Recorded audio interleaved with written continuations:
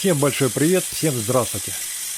Сегодня будет несколько необычная токарная работа. В качестве заготовки использую вот такую вот ржавую, страшно ископаемую арматуру диаметром 24 мм. Нарезаю ее по длине, примерно по 180-190 мм кусочки. Использую маленькую шемку с отрезным кругом толщиной 1 мм.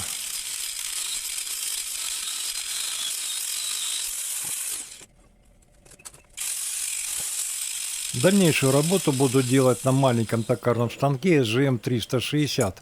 Следующая операция – подрезание торцов и центрование. Но я делаю наоборот. Сначала центровочкой засверливаю. У меня получается вот такое отверстие миллиметров 8 диаметром.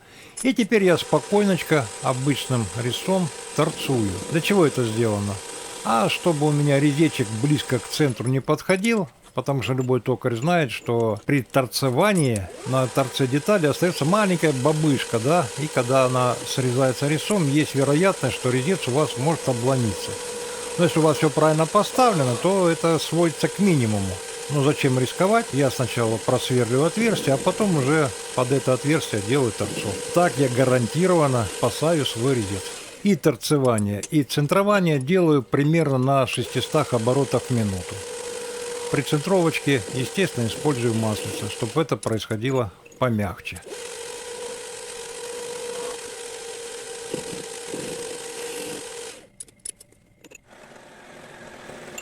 Далее перехожу на большой советский токарный станок 1К62. Работать буду в центрах при помощи поводочка. Надо снять толстый ржавый слой, плюс еще и нагортованная вот этого поверхностного слоя арматуры. Маленький станочек ЖМ с этим не справляется. Его колбасит, кидает, швыряет.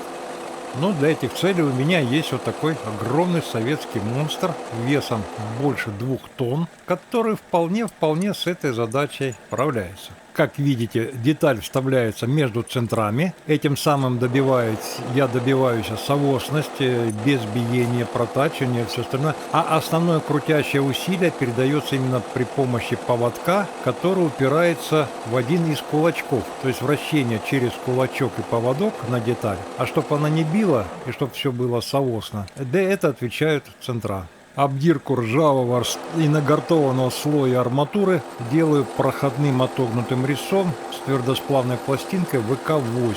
ВК-8 замечательно держит удар, замечательно держит песок.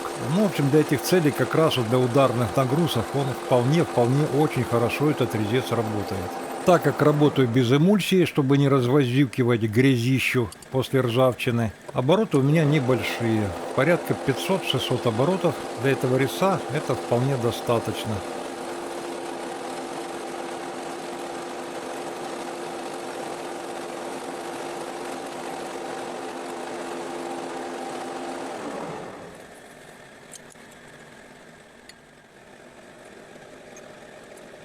После предварительной обдирки с большим допуском делаю более точную проточку. Снимаю примерно миллиметр-полтора лишнего слоя. Ну, во-первых, чтобы не было остатков ржавчины. Ну и подхожу поближе к необходимому мне размеру.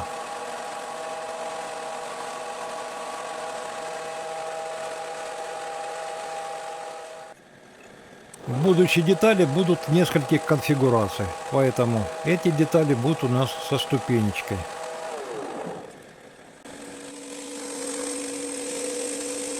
Для следующей операции опять перехожу на станок SGM 360 с электронной гитарой. И сейчас в электронном, или как, под электронным управлением протачиваю конуса. Точу конуса Морзе номер 2. Данный станок у меня переоборудован под управление от сервошаговых двигателей, поэтому мне достаточно указать необходимый мне конус Морзе, в данной ситуации номер 2. Длина, диаметр, градус самого конусности станок выдерживает уже автоматически. Также он автоматически рассчитывает количество проходов. То есть мне остается просто стоять, наблюдать и подливать маслица.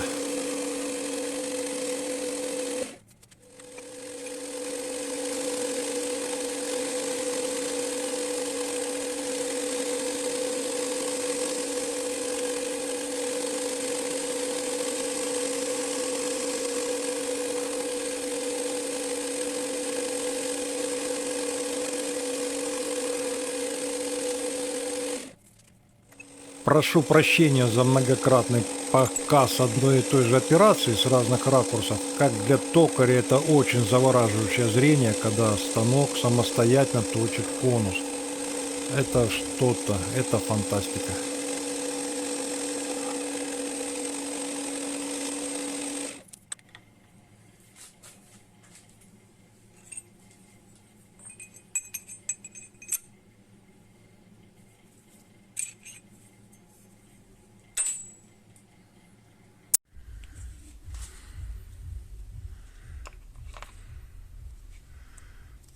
Далее перехожу на сверлильно-фрезерный станочек BF28. За кадром я уже просверлил во вправочках с торца отверстие диаметром 8 мм. И на сверлильно-фрезерном станочке сделал еще и боковое отверстие диаметром 6,5 мм. И сейчас при помощи линовой кислоты нарезаю резьбу М8.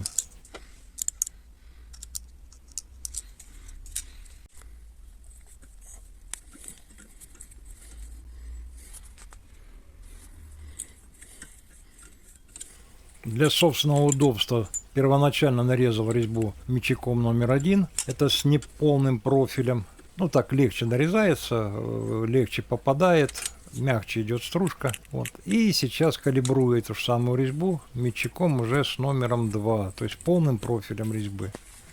В итоге мы с вами сделали 3 вот таких вот оправочки. Конус Морзе номер 2 и тело примерно 20 мм диаметром. Просверлено с торца отверстие 8 мм под центровочку. А сбоку нарезана резьба М8.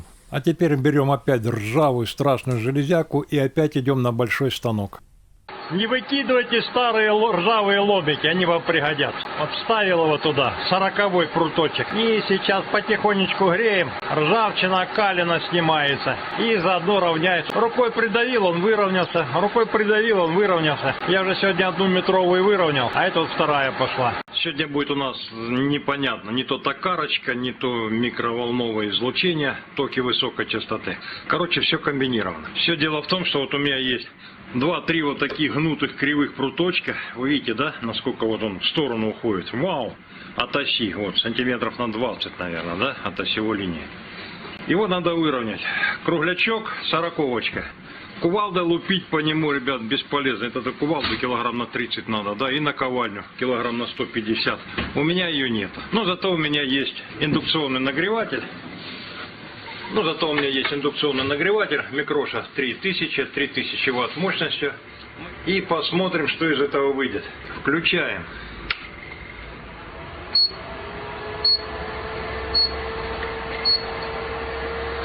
Пошел нагрев. Смотрим. Индуктор холодный, я вот щупаю, вода по нему циркулирует. Давайте я общий план дам. Значит, индуктор у нас 8-миллиметровая трубочка медная.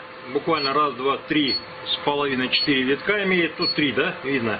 Через нее идет водопроводная вода. Просто к водопроводу подключил, давление буквально маленькое, там кап-кап капает. Этого вполне хватает. Индуктор сам холодный, а железка греется.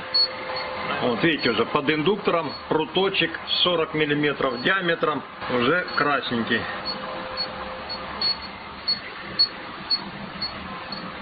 Ну, ребят, красиво. Переезжаем на новое место. Ну, вам видно, да, вот загиб, вот там сюда где-то сейчас подъехать надо. Ну вот, видите, да, какой он кривой.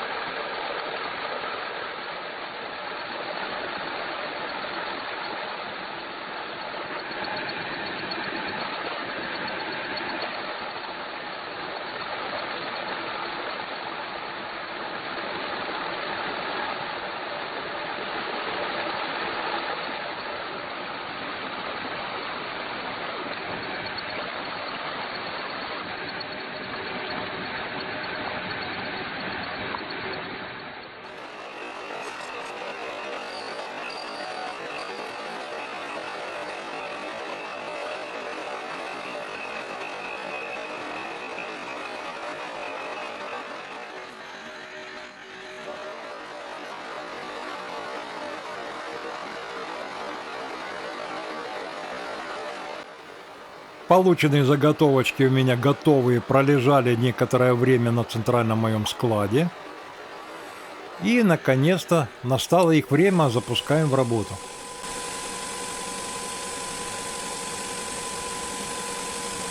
Дальнейшую работу опять буду делать на станке GM360. Ну, он просто поменьше, удобнее, покомпактнее.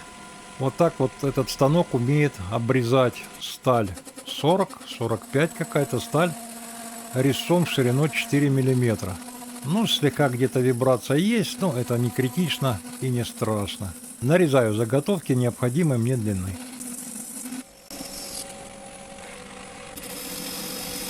Для облегчения работы для отрезного резца отрезку делаю в разбежку.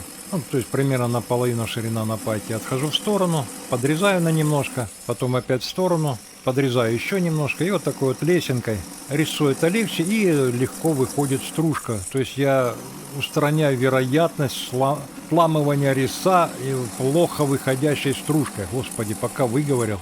Отрезание делаю примерно на 350-300 оборотов в минуту.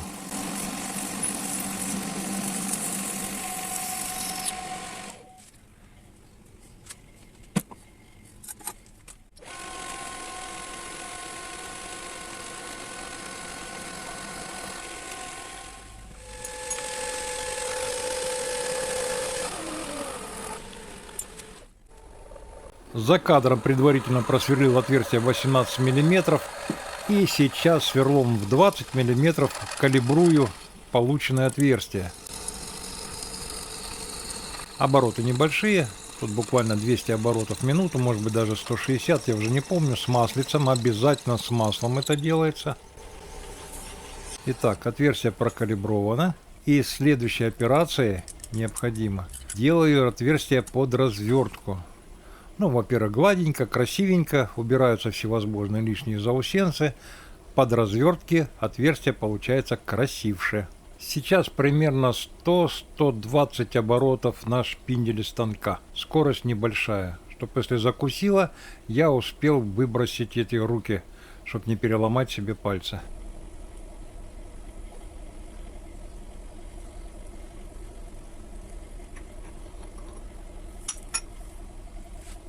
Ну и проверяю полученный результат. Ходит, ну, относительно плотненько, хорошо.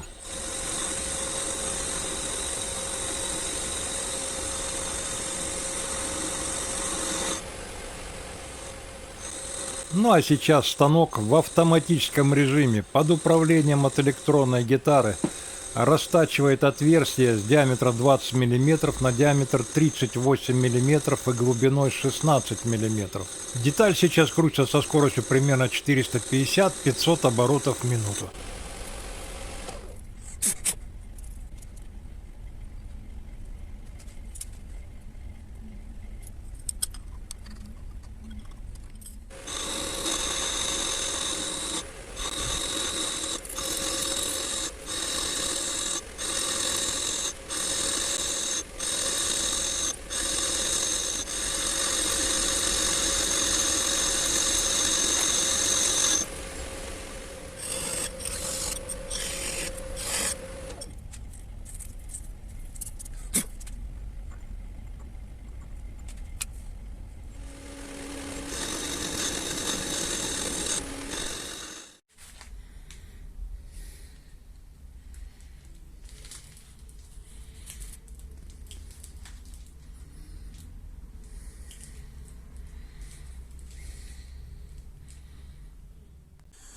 Итак, теперь у нас есть оправочки под плашки резьбодорезные. И теперь надо просверлить аж 5 отверстий. Ну, вы все видели, на плашках есть 5 отверстий. Вот мы их сейчас и будем делать. Ну, в принципе, достаточно и одного. Чтобы разметить 5 отверстий, у меня есть на станках серии RS, у меня RS 210, электронная гитара, в которой есть режим делительной головки. То есть, когда патрон поворачивается на строго заданный градус.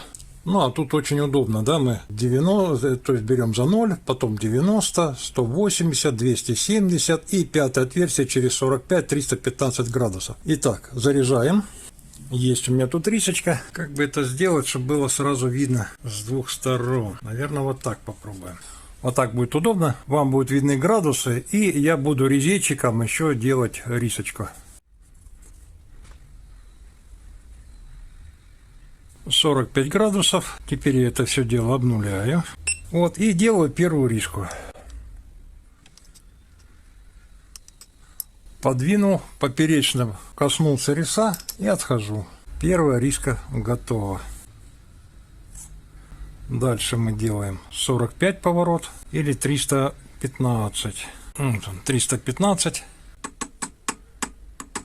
Ну вот, 315 есть. Делаем следующую риску. Готово. Освобождаем.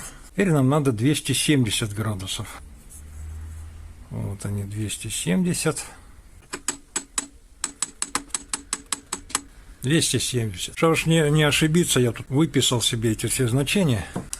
И опять резечком мы сейчас чиркаем риску. Есть. Так, следующий. 270 минус 90, 180. Вот так. Готово.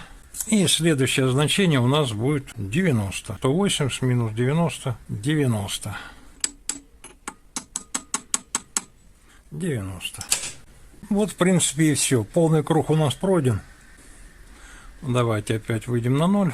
На 0 риска у нас с вами уже есть. Итак, я вам показал, как здесь. И сейчас, наверное, резечек я сейчас поближе покажу. Переставлю заготовку.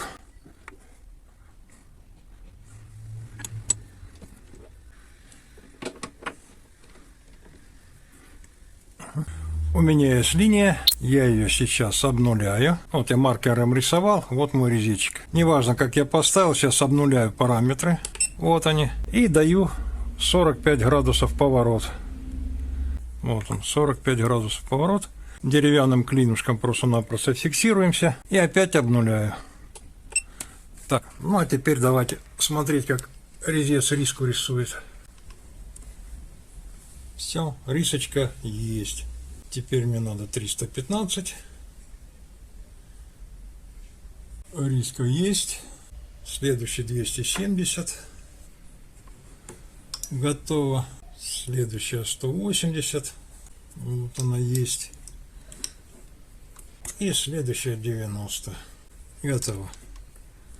Ну вот, в принципе, и все. Все риски у меня есть. Под 90 градусов, под 45 градусов и под 90. Как видите, ничего сложного. Ну и берем следующую заготовку. Опять маркер по резцу. Обнуляемся. Ну и все, поехали по кругу.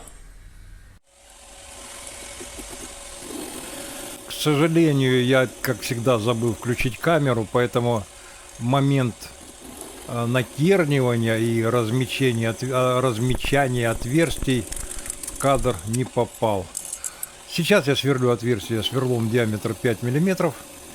Мне здесь нужны будут резьбочки М6, ну и еще парочка технологических отверстий. Все, пока мы смотрим дальше. Сверление делаю на сверлильно-фрезерном станке Weisan BF28. Ну, кому интересно, погуглите, найдете его данные, характеристики и так далее. Это не секрет, в гугле он хорошо ищется.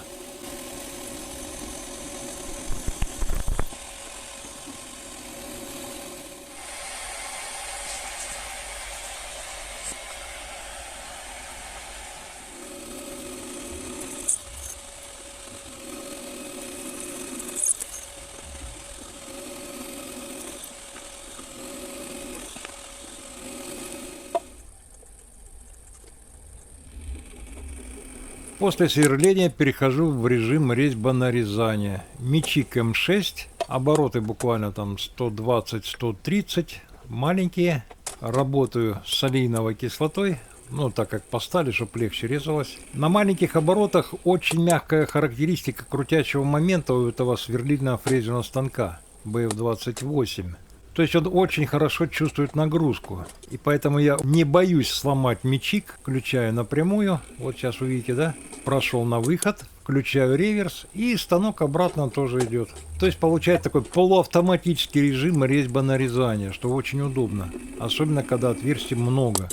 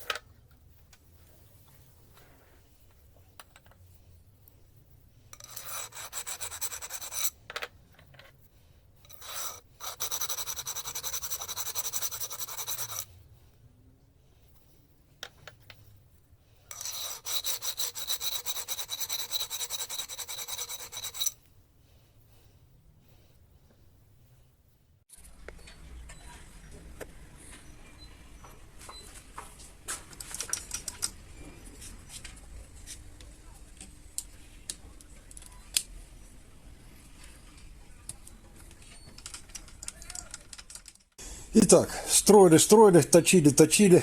Вот такая у меня получается оправочка. Конус Морзе номер 2. Здесь диаметр 20 мм, отверстие 8 мм диаметра. И резьба восьмерочка. Что мы имеем? Имеем вот такую вот скалочку. Медный молоточек. Можно поплотнее посадить. Готово. Вот такая бабушка. И центровочка. Обычная центровочка. Диаметр 3 мм. Здесь 8 мм. Вставляем. Закручиваем. Все.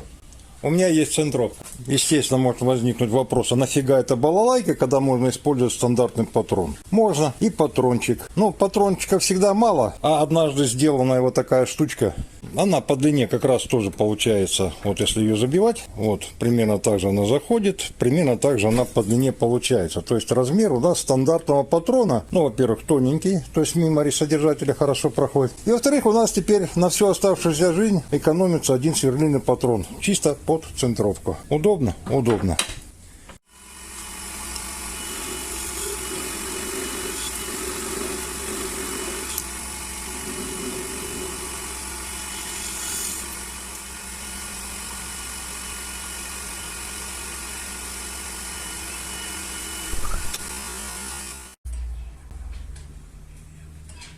Ну вот, центровочка вполне себе работает.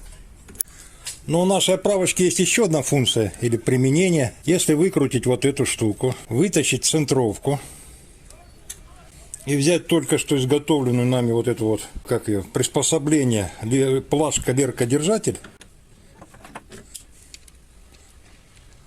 и все это опять скрутить, то мы с вами получаем замечательное резьбонарезное устройство. Ну, чтобы на сухую не елозило. Несколько капель маслица туда. О, помягче будет. И можно попробовать нарезать резьбу.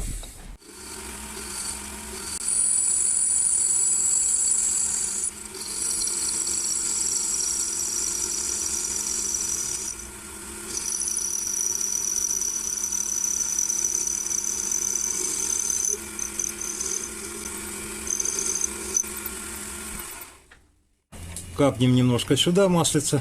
Ну и давайте попробуем. Вот она пошла. Оп, готово.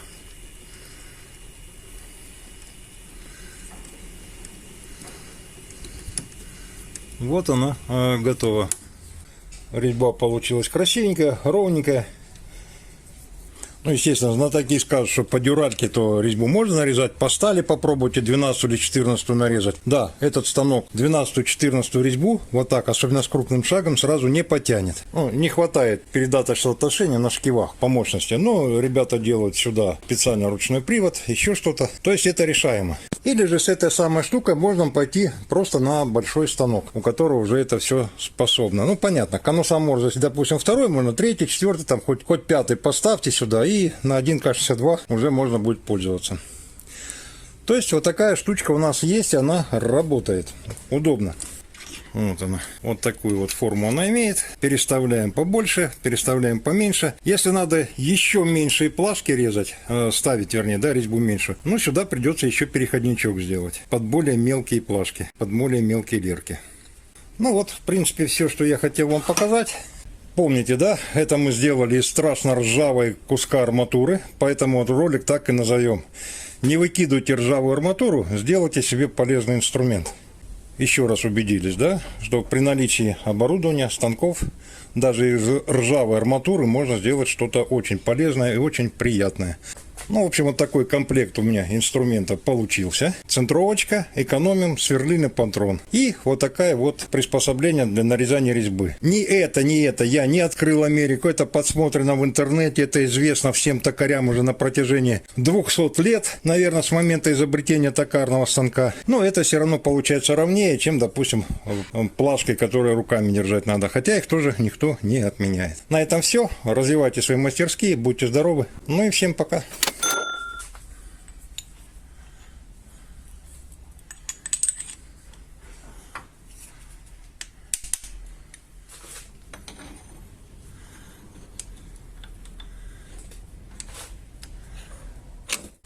Вот переходная втулка номер 3 в большой станок. Пожалуйста. Ну, на этом действительно всем пока. Кстати, я с перепугу еще сделал несколько штук таких себе. Предлагайте в комментариях, где еще можно использовать подобные оправочки.